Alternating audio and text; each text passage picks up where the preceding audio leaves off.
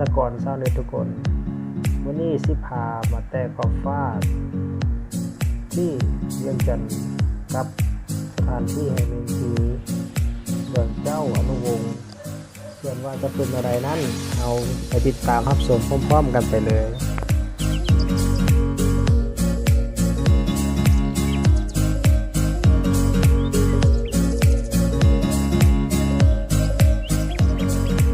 สถานที่แห่งนี้เป็นบ่อนที่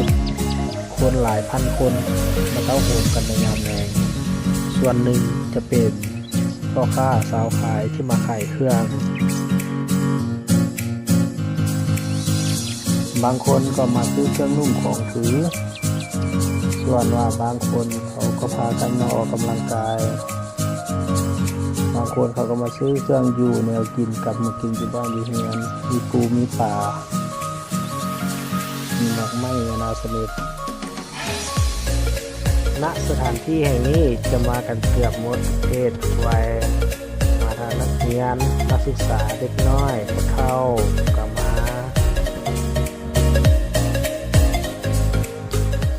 แล้วก็วัยนุ่มหญิงสาวที่พากันมาเที่ยวเล่นมาเป็นคู่แล้วก็เป็นคู่แบบนี้เฮ้ยบุริษาสุเดะ What the fuck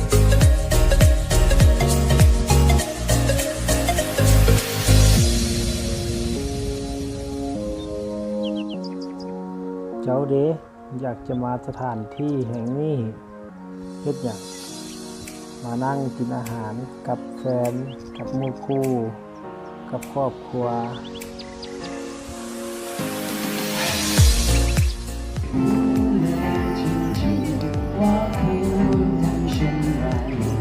ม่วนเลย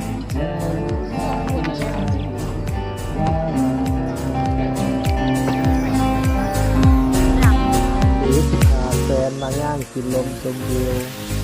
หรือสิมานั่งเงาๆแบบนี้แล้วก็แบบนี้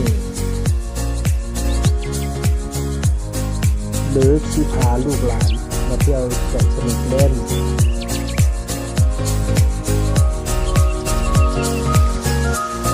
หรือว่าสิมาทุกเวิร์ดแลนด์คือกับไอ้นี่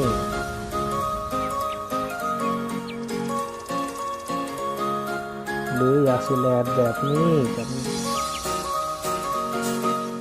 แล้วก็หรือว่าสิมาเต้นออกกำลังกายแบบนี้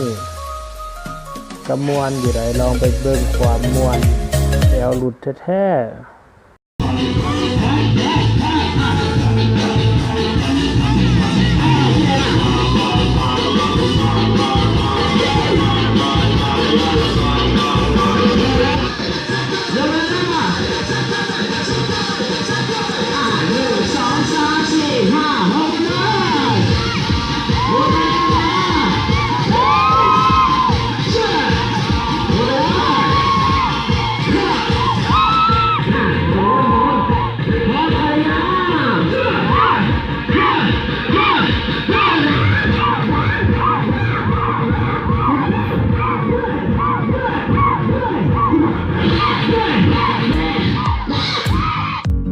ท่ามกลางเมืองที่ศรีวิไล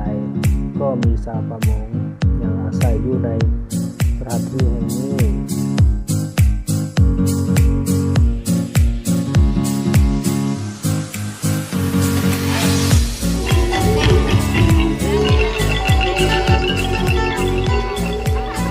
แต่ว่าสิ่งที่เฮ็ดให้ค่อยตกใจนั่นก็คือไดโนเสาร์มันมาเกิดอยู่บนนี้คือมันหมดไปแล้ว